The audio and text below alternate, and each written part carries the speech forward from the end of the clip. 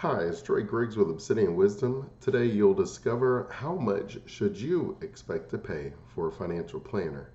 In today's episode, we will discuss the three most common ways a financial planner is going to be paid. We will discuss a range of what you can expect to pay in a dollar amount and what the pros and cons of each benefit are. Most entrepreneurs and families worry about money, so we created the Wisdometric framework to help you eradicate financial stress, generate a passive income, and build a prosperous retirement strategy. In the comments below, you can let me know which one of these options is your favorite, which one you like the most. I'll go over all three of them, and then I'll tell you which one we offer at Obsidian Wisdom and the pros and cons of even that one as well. So first and foremost, it's very important for you to consider how much the fee is, how much you're being charged, and how it impacts the investment and the growth of your portfolio. And the reason is pretty straightforward. The fee can impact you hundreds of thousands of dollars over the lifetime of your investments and your relationship with your financial planner. So it is very important that you consider the amounts and the overall impact of the fee. And so, as I mentioned here, we will start with the fee that we charge, and that is we are fee only. And the fee only means that almost like a lawyer, you'll be charged like an hourly rate. And then, based on the complexity of your case, then that will dictate how much you will ultimately be charged. So, if you have a Wisdometric framework financial plan created for you, you can expect to pay $1,500 for that plan just to be built. And the reason is because there's going to be a lot of work for both of us. I'm going to be reading and going through all of your financial information, putting the best plan together, learning about your goals, learning about your timeline, and then we're going to put all of that together to create a plan that's exactly to your needs, your likings. You get that plan, you read over it, you make any recommendations on any changes that you want.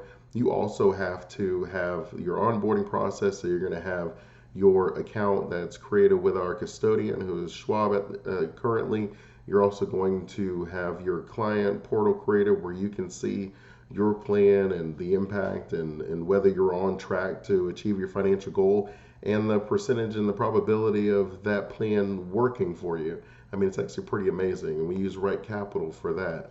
And so you have to be onboarded on both of those. And then there's really just other systems that you're going to have to, create client logins. You're going to have to get the data. You're going to have to put in the information. And then, so it's just a lot of work for both of us. So we usually make sure that there is a commitment from both of us, commitment in time, commitment in money. And so you can expect to pay about $1,500. That's about what the average is if you read the data. A financial planner is going to generally charge you around that. Same with the fee. You could be charged anywhere from like $200 to maybe like $500 to even $1,000 an hour. But your fee will roughly shift around as well based on just what the planner is doing. And so if you're based on the complexity, I think I actually wrote down maybe an example or two. It's not actually like super easy, but you can expect to pay, so you can expect to pay roughly $1,000 to $3,000 for a one-time financial plan. You can expect to pay $2,000 to $7,500 per year for ongoing services with a financial advisor. And then, as I mentioned at Obsidian, we're $250 an hour. You can expect to pay $1,500 for the plan. And then your ongoing fees, they're going to average about $3,000 if you're a family. So, for example, if you are a single person without kids and you have, one retirement account, less than $20,000 in credit card debt, you can expect to pay around like $2,000 a year. On the other end, if you have like 3 to 4 kids, like 4 retirement accounts, and you have over $20,000 a debt, you can expect to pay somewhere closer to $3,000 to $4,000 a year. If you are a entrepreneur, you can expect to pay around $6,000 to $10,000 a year, just based on your overall needs and your planning. If you have exit strategies and if you need valuations, things like that can change the overall fee that you would pay as an entrepreneur. And so then the good, the bad, and the ugly of fixed fees is, as I told you, I'll shoot it straight with you. It's going to really be that you're paying for it out of your pocket. So you have to have the assets available to be able to pay for it out of your pocket. So that's usually why some people don't like the fixed fees. They want the fees built into their overall investments, and we will talk into about those different options as well. Now, the benefit of having the fixed fees, and the reason that we choose it at Obsidian Wisdom, is there's really the least conflict of interest available. What I mean is you are paying a ongoing fee, and that fee is based for our financial advice. The financial advice that we give you is then not tied to whether your money is in the stock market, whether it's invested in your business, whether it's invested in buying land and real estate. It doesn't really matter. You're paying for the overall advising that we give you. And so that we find is something that is a breath of fresh air for most people, because then you don't have to figure out, whose interest is the advisor thinking about. Our interest is tied to your just overall success. And so that's usually the benefit that you will find whenever you're working with a fee only advisor. One of the things that people don't like as much about fee only advisors is the amount that we get paid doesn't go up or down with the performance of your portfolio. So if you're someone who likes an assets under management, an AUM model, where they'll say, well, how much I get paid, it goes down if your portfolio value goes down, which is true.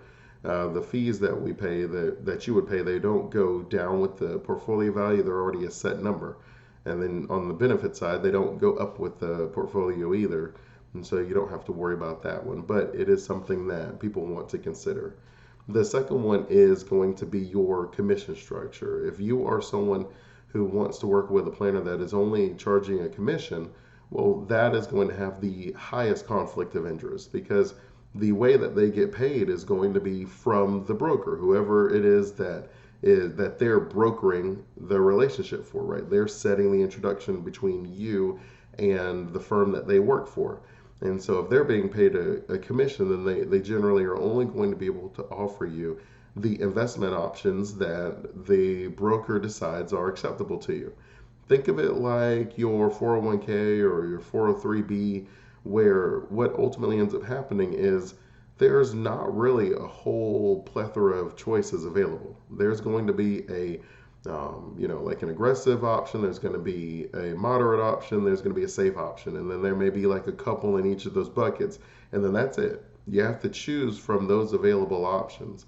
So imagine if you're working with a broker or a planner that is paid a commission, and the only product that their brokerage offers is annuities. To no surprise, you're going to be offered an annuity because that's the only thing that they offer. Now, imagine if you are working with someone where they get paid a 30% commission on this one financial product, but they get paid a 1% commission on another financial product. Well, which one are they most likely to offer you? Now, if you're dealing with someone who's ethical and you trust, well, then a commission is not a big deal, right? That's pretty much going to be the most important thing for you. But if you're dealing with someone who may be less than ethical, there really could be an incentive from the brokerage where it makes it hard for them to offer you what's best for you. But as long as you start with dealing with someone you can trust, the only thing I usually say is that you want to also keep in mind, if you were to go to Vegas, right, and a broker, or we'll say the dealer, like a literal dealer is like dealing cards out, they're doing nothing to give an advantage to you versus the casino. But we all know that the casino ends up with an advantage. And why is that? Because of the way the game is designed. The game, as soon as they deal you the cards, because of the way the game is designed, there is an advantage that goes to the casino towards the house. And it's also true when you're dealing with commissions that a lot of the times, because of the way that the brokerage is able to design the game and the financial instruments, that even if the most ethical person who's offering you their honest opinion based on what they're able to recommend, there is a tilted advantage towards the casino. And so the same thing is with the brokers. There's just a tilted advantage, and something that you want to consider. Now, some of the benefits of someone going with a commission-only structure is you're not paying anything out of pocket. So the good news is you just get the money. They get the money based on your payment of the instrument that you choose. So you don't really have to think about it at all. And then it's a great way to get free financial advice. You're not going to pay for ongoing meetings. You're not really going to pay really any of those fees, because they just get paid the commission.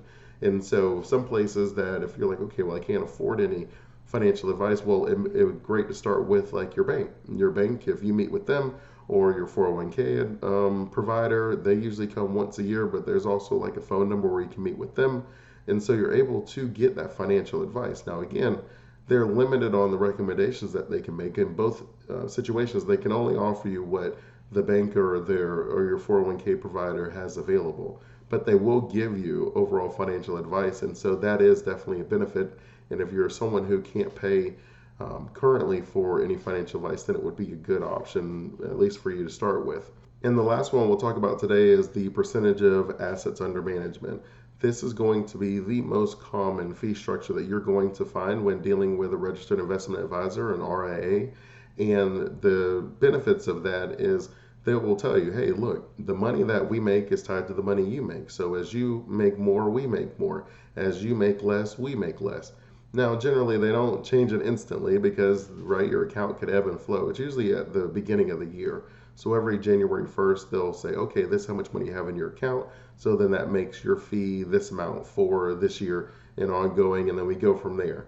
So it's really nice because you can pretty much feel out what the fee is going to be, and so it's pretty much already set. Now, among some of the other benefits is it really is a simple to understand structure, and it's also something that most people are familiar with.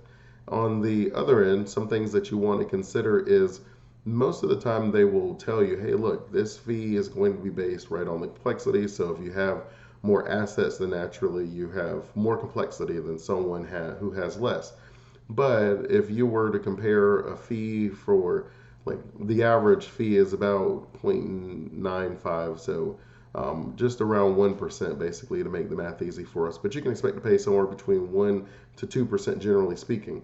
But if you're dealing with an AUM, you have $1 million invested, well, then that means that you would be charged $10,000 every single year based on the $1 million.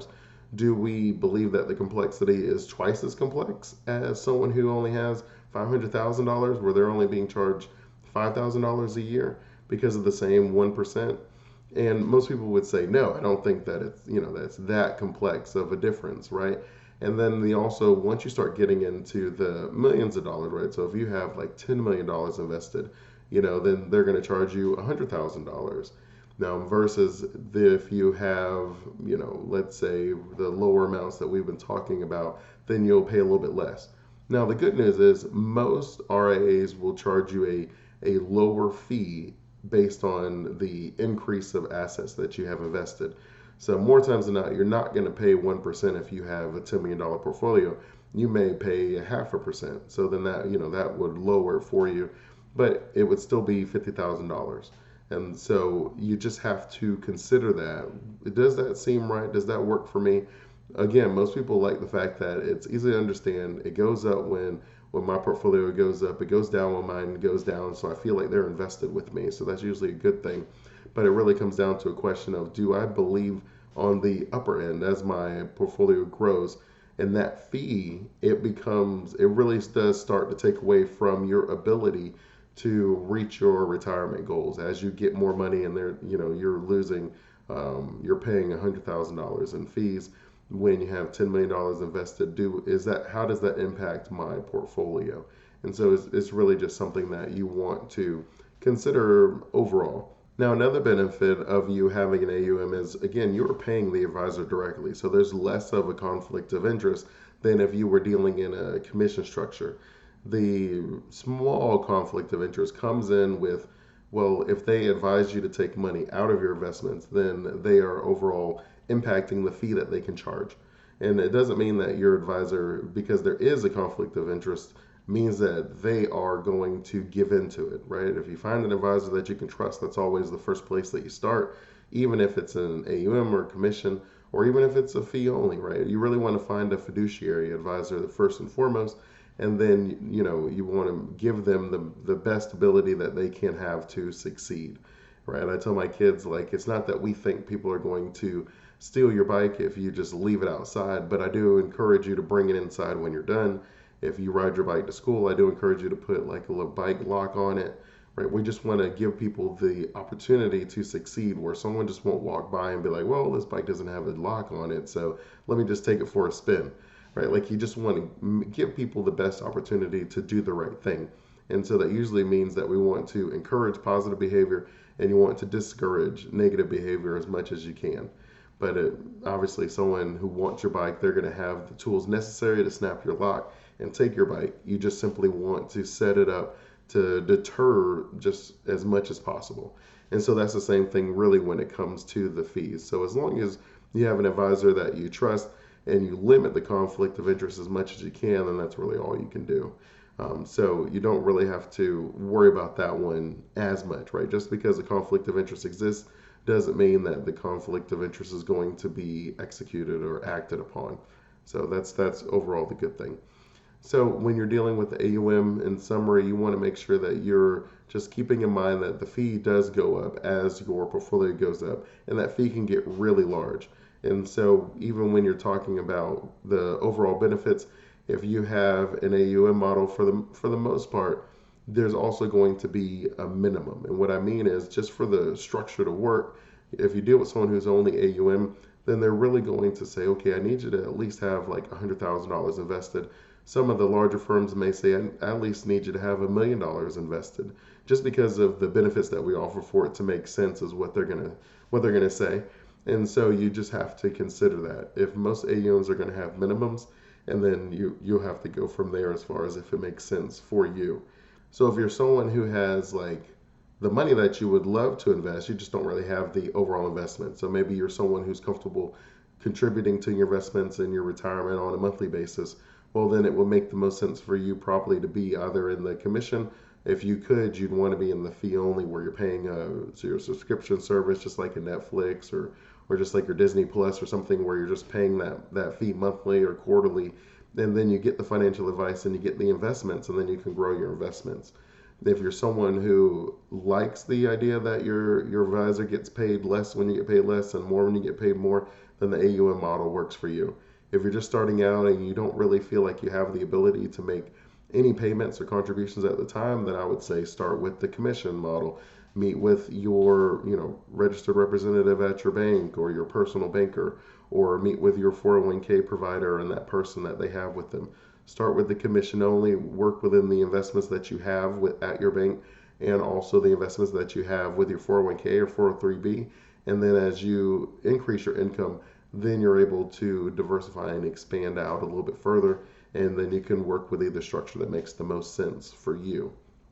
If you have any additional questions or need any additional help with your retirement planning, I encourage you to take advantage of the Retirement Planning That Works video training at obsidianwisdom.com/training. In it, I give you the entire wisdometric framework that I use with my clients to help them achieve their financial goals of eliminating financial stress, generating a passive income, and building a prosperous retirement strategy. Until next time, Wisdomites, remember, wisdom is asking the right questions to allow yourself to get the right answers. Keep asking those questions and you will keep getting those answers. Continue blessings.